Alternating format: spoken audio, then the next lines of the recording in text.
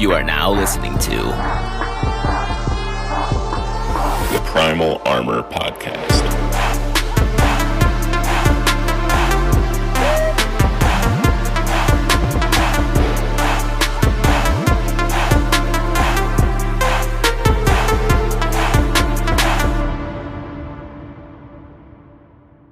This episode is sponsored by Executive Fit LLC. They build custom deadlift platforms, custom barbell storage pieces, and make indoor and outdoor signage for your home or corporate gym. Every platform that pairs with a rack is customized to that specific rack, so everything fits nice and clean. And they ship nationwide. Each platform has a logo applied in a way that makes it impossible to peel up from wear and tear. They even make custom nameplates for your squat rack. Visit executivefitllc.com to request a quote and see what's available on their store. That's executivefitllc.com to upgrade your deadlift game today. Welcome back to episode 75 of the Primal Armor Podcast. This week, we're going to be covering one of the biggest hindrances that there is towards your fitness goals, and that's drinking alcohol. Drinking alcohol is seen as such a common thing in today's world, and it's just a very social aspect of a lot of people's lives. On average, 2 out of every 3 people that you meet will consume alcoholic beverages in some way or form. And in just the last year alone, alcoholic beverages counted towards $1.5 trillion towards the global market. And that's just an absurd amount of money that we spend on this. And the average person drinks about 55 liters of alcohol each year. That's a problem, because alcohol affects the body in so many negative ways. People tend to drink in social situations, and they think that's alcohol that's making their life more fun or more happy. But in reality, alcohol is actually a depressant. And this is why people who drink can't control their emotions. They get super sad, they get super angry, or they even reach to super extreme ends and think of things like suicide.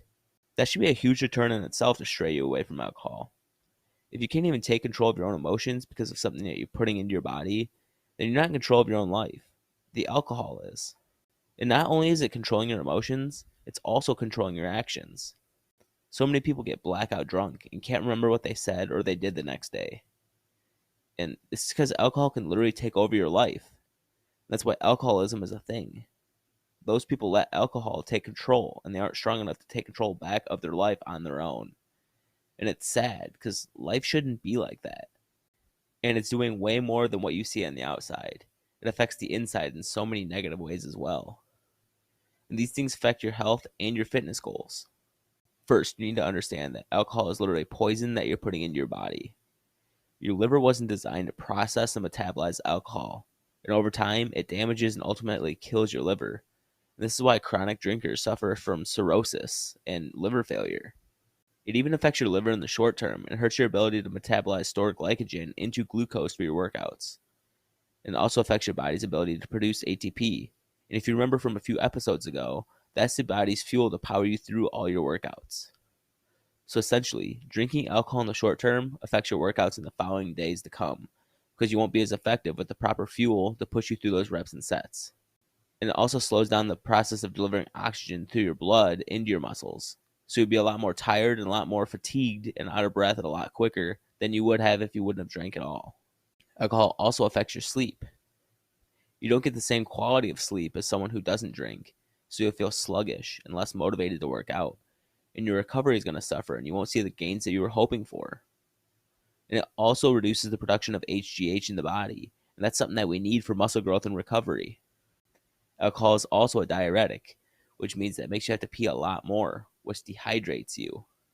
And that also causes you to have a lack of electrolytes in your body, like sodium and potassium, and even magnesium, like we talked about last week.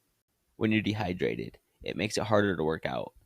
And your body will then pull cellular water out to compensate, and it makes it easier to pull muscles or even cause a worse injury because of that. Along with its depressant effects that we were talking about earlier, it also has a sedative effect, and this inhibits your reaction time, which is why it's so dangerous to get behind the wheel once you've been drinking. But it also affects you if you're someone who plays sports, because drinking alcohol inhibits your reaction time for up to 72 hours. So we can even step away from our fitness goals for a second and just think about life in general. There's been plenty of times in my life, and probably even yours, where a split-second decision has made a huge difference in the situation and our lives. And the fact that drinking can impair those decisions for 72 hours really needs to factor into your choice of drinking the next time you're thinking about doing it. Because some people just can't give it up or think that it's the bane of their social life. And if that's you, make sure you're taking steps to limit all these factors I just listed. Make sure you're drinking plenty of water in between your drinks. Get as much as you can and as quality as you can of sleep that you can get every single night. Eat a balanced diet and take your vitamins and help negate all those losses that you'll have after a night out. But if you can, just skip drinking altogether. I know everyone gets jealous when they see people with single-digit percentage body fat and they have rocking abs. But you have to do every single little detail to look like that. And this is a little detail that it takes to look like that. And if you really want to look like that, ask yourself, how much does this mean to you? And does drinking mean more to you than looking like that? It's your choice. But in my opinion, all the negative factors that we just listed that it has against your body far outweigh any sort of social aspect of drinking. But now it's your time to choose. So where do you want to be in regards to your fitness goals? Take that into account the next time you're offered a drink.